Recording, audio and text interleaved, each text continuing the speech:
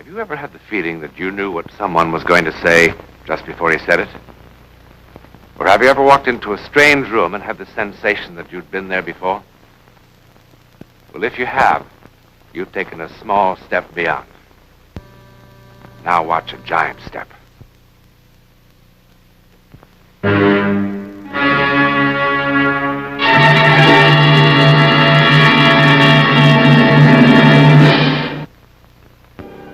A tombstone cutter deals in logic. Every man has a birth date, and every man has a death date. And it's the function of the stone cutter to engrave these vital statistics in their natural order. Now, this seems so self-evident that it needn't even be discussed. I urge you, remember this stone cutter.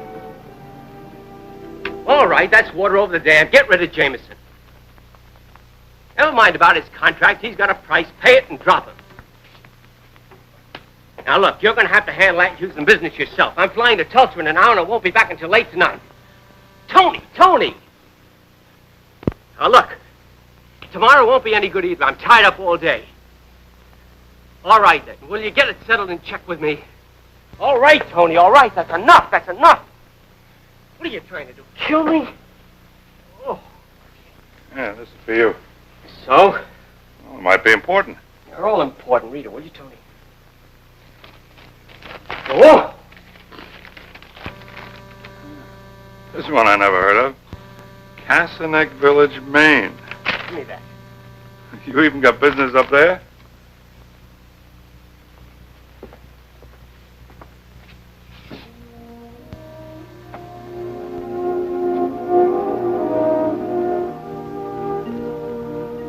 Bad news? My father, he says he's dying. It's a shame. How long has he been sick? How would I know? When do I ever hear from him except once every 6 months he sends a card wanting to know when I'm coming back for a visit? When do I ever get time to visit anybody? He lives there, I live here. I send him checks, he sends them back. Now this. I'm dying, come tomorrow. Maine's a long way. You gonna fly? Done.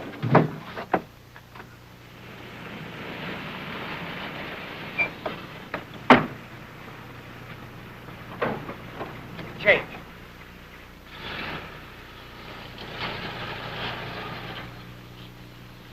Dan, come over here, boy. Ain't in no condition to go to you.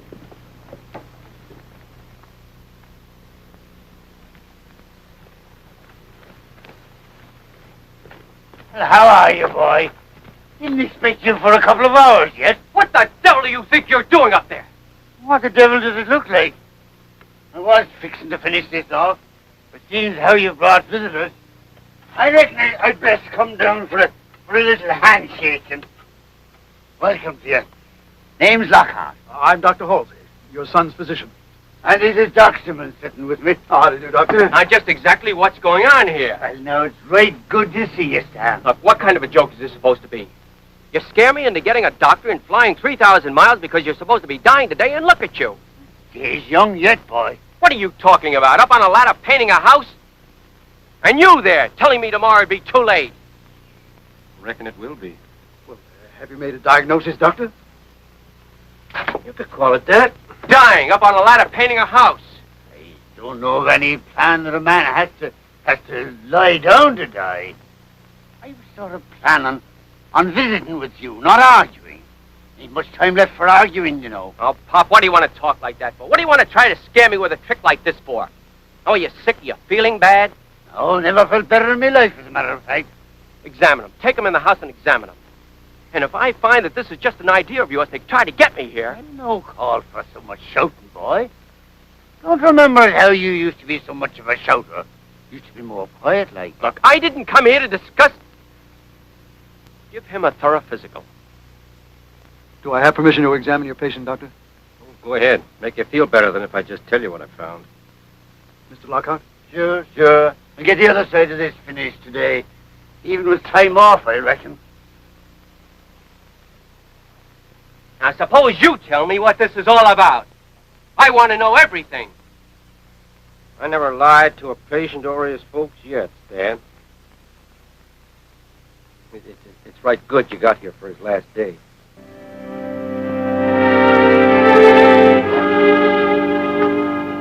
Well? Well, his heart's about as good as yours or mine. Blood pressure's probably lower than yours is at the moment. His muscle tone is extraordinary for a man of his years. Reflexes normal, kidneys... In other words, there's nothing wrong with him. Well, Doctor, have I overlooked something that you found? Nothing there. All right, I've had enough. Now, suppose you tell me what makes you or him think that he's going to die today. No. Don't tell him, Doc. Show him. Maybe I ain't seen this son of mine for under 15 years, but I'll wager he ain't changed that much. Talking about something never proved nothing to Stan. He's got to be showed. Show me what, Pop? What are you talking about? Doc will show you, and then you'll know. And then maybe we can quit this arguing and have that little visit together. Go on, Doc. Take it there.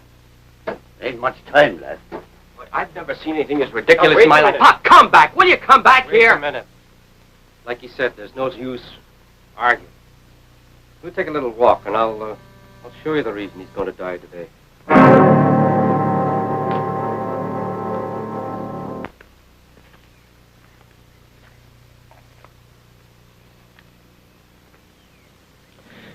The thing he wants you to see is right here. At this old Menzies place. Oh, you remember Menzies, hmm? He's still carving gravestones for everybody in town before they die? That's right. The old ghoul used to give me the creeps when I was a kid. Having those stones all ready and waiting for the final date. Still doing it.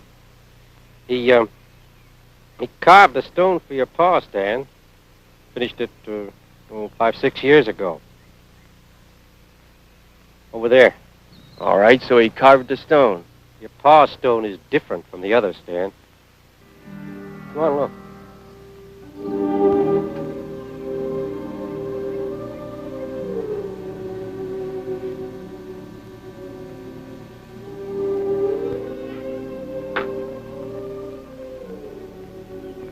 Like I said, your pa's stone is different from the others.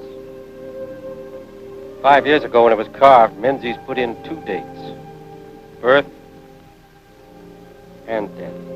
Born July 10th, 1883, and died September 7th, 1957. Businessman like you must keep dates in his mind pretty good. Today is September 7, 1957. All right, Doc. The joke over now? Now listen, Stan. Never mind. I know what you're going to say. I remember some years ago, Menzies put a death date on a man's stone before he died, and the old geezer died on that day. And everybody talked about it for a whole year. But that was a coincidence, and you know it. A year or two after you left here, Menzies did it again. A woman. Oh, she'd been ailing for a spell. But she died on the day Menzies carved on her stone. So he traded one lucky guess to give some old poor sick soul a push on the way out. Now, what's the matter with you, Doc? You're a medical man, a scientist. You know about suggestion, psychosomatic suggestion. 2 years ago, it happened a third time. A baby. Menzies carved the stone the day it was born. Birth and death date. For about a year later. Father got so mad he come up here with a sledgehammer and busted the stone into 100 pieces. Menzies said that wouldn't make no difference. And it didn't either. And you wonder why I never came back here for a visit. The whole town, even you, living 100 years back in stupidity and superstition. Letting an old crank lead you by the nose, even though the place he's leading you to is your own grave.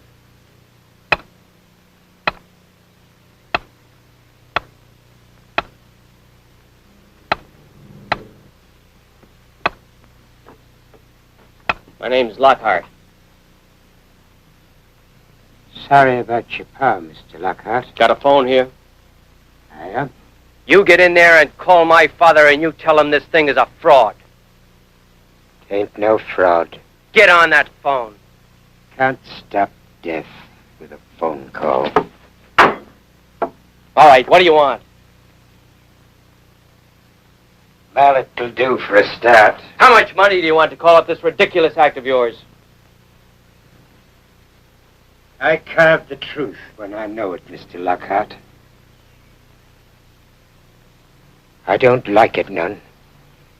Your pa is a good man. I'll give you $500. Take it and break up that stone and call my father and tell him the joke's over. Maybe you think you can buy yourself a lie with money, Mr. Lockhart. But it ain't going to change the truth. Go back home, Stan. Spend some time with your pa while there's still time.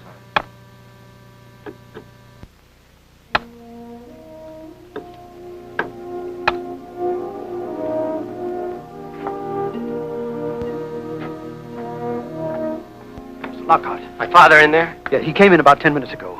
No, wait. Before you go in there. What's the matter? Well, he came back about 10 minutes ago, as I said. And he looked rather ill, so I gave him another checkup.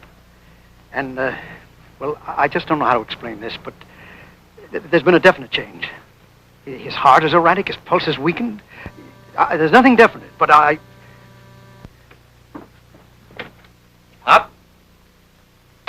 Just resting a mite.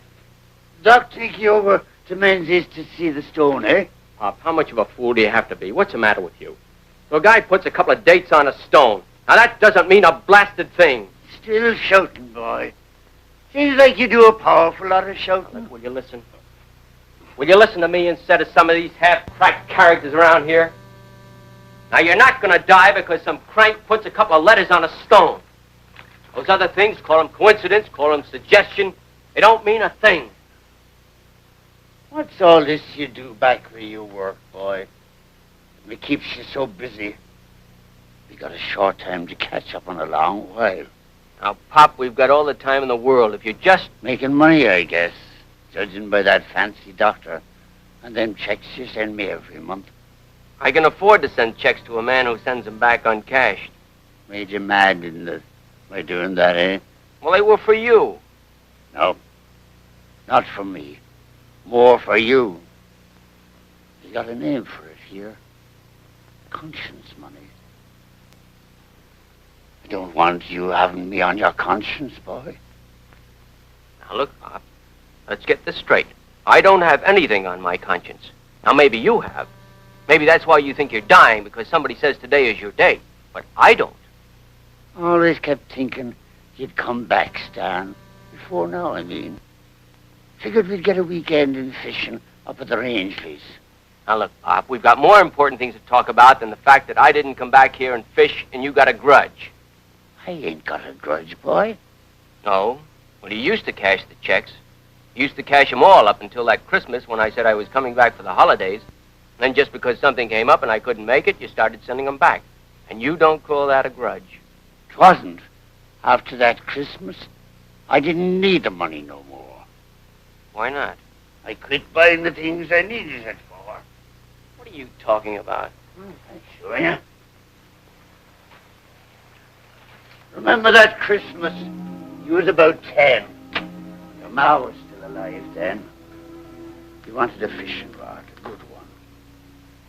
If you didn't have money for no store rods, I made you one.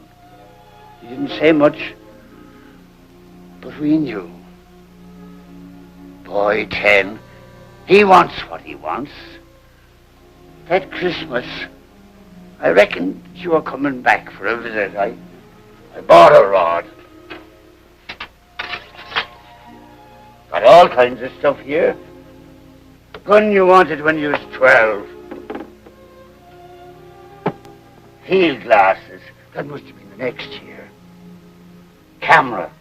Wristwatch.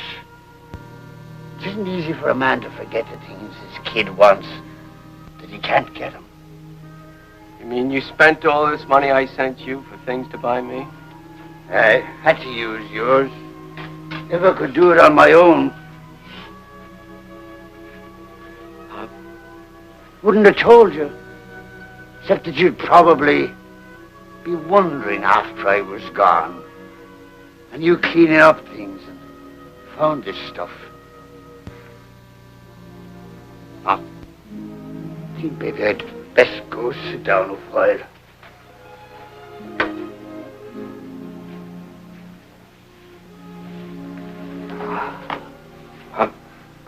Yeah, boy? Is it September too late to go fishing in the Rangeley's? Yeah, September's too late. Then we'll do it this spring. Or maybe you can come west with me. Or if you can't do that, then I can come up here weekends and we'll go in the spring. Now, I mean it, Pop. I know you do, boy. Remember that horse we had, Pop? Remember how you told me to water him every morning and every night and how I forgot? And one day how he died? Yeah. Didn't catch up for you till he'd gone 3 miles down the road, running away. That horse cost $25. All the money in the world then. Dead. And you didn't say a word. Except, hot out today, son. Let's go back. Seems like I'm always in the same rut. Always wanting to get you to go home. I'm home now, Pop. I'm home. I wanted to come home before, but every time I said I was busy, it was just because Because you were running away from home again. Isn't that what the Lockhart kid always did when things went wrong? One thing about you, boy. Maybe you run, but you always tell the truth after about why you ran. Later, I want to show you something. Oh. Pop! Hold me! I was just talking to him and...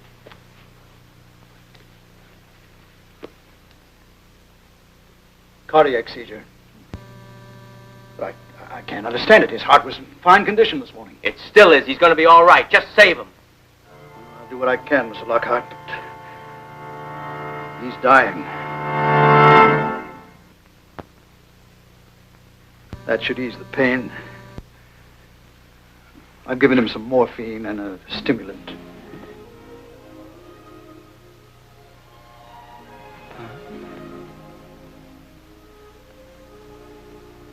Pop, please. See, I'm not shouting. I'm not shouting, but listen to me. We've wasted so much time already. There's so many things for us to do together. Pop. Please.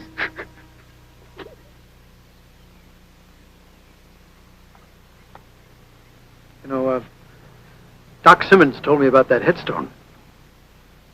And I keep telling myself, why, this is United States, 1957. It's not Haiti, not the jungle. We're here. Had nothing to do with a headstone. It was his heart. Yeah, I keep telling myself that, too. But his heart was okay this morning. He was in fine condition. Other people in good condition have been hit with a heart attack, too. Yeah, I know that. Tell me something now. Those 3 cases, they weren't substantiated, were they? Well, I mean, now if they were, if this man could really call these names, why, there'd been some publicity about it. The newspapers would have carried the story. I can see you don't know much about towns like this, Halsey. Even if Menzies did what they said and brought the dead back for an encore, nobody outside this town would ever know about it. They guard their town and their secrets as if it were pure gold.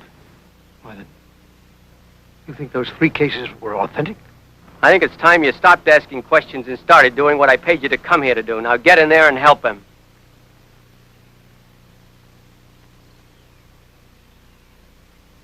$500, $1,000, $2,000. Makes no difference what kind of money you talk about. Can't take it. Not right.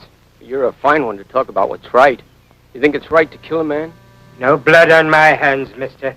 What difference does it make you how you kill him? Your ideas or your hands? It's still murder. Look, please listen to me. What do you want?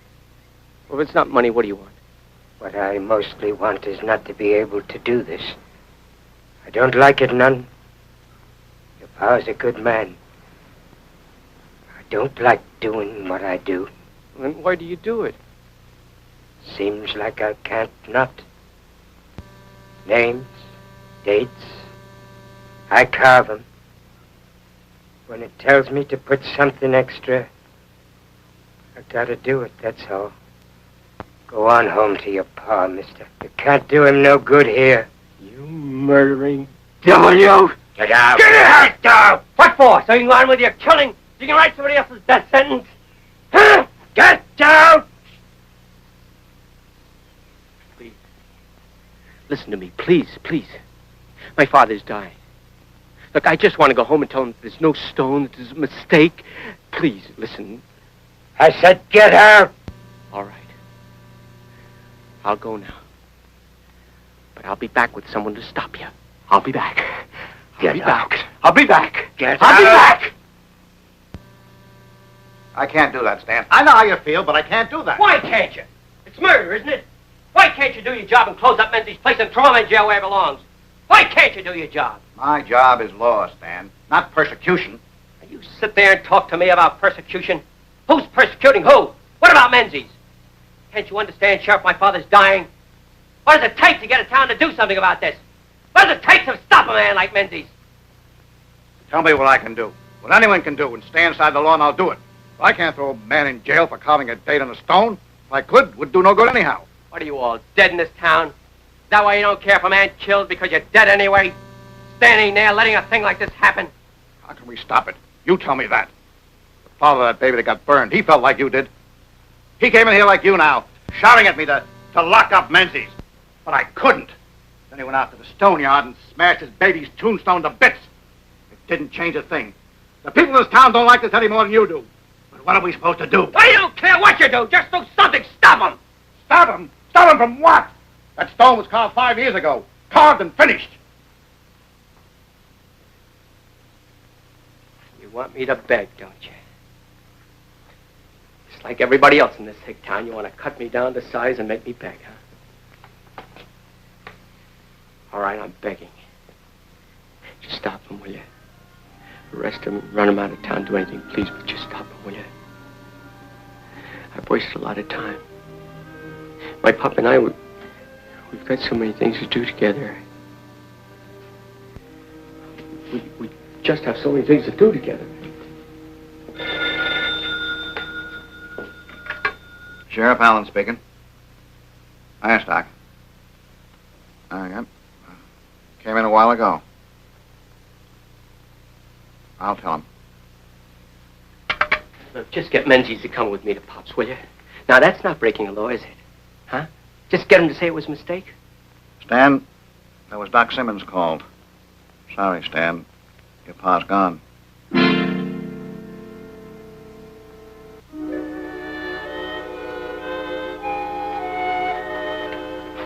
Stan, you want I should come home with you? My car's right outside. Stan, let me come with you, I'll...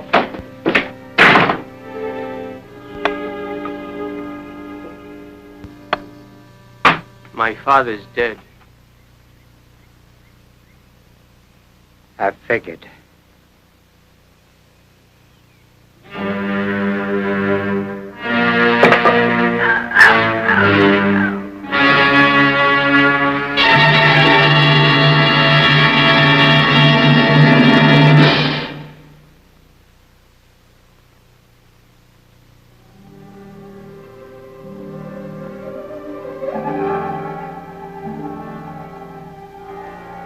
Stanley Lockhart, beloved son of Simon Lockhart, born September 18th, 1921, died December 14th, 1958. Died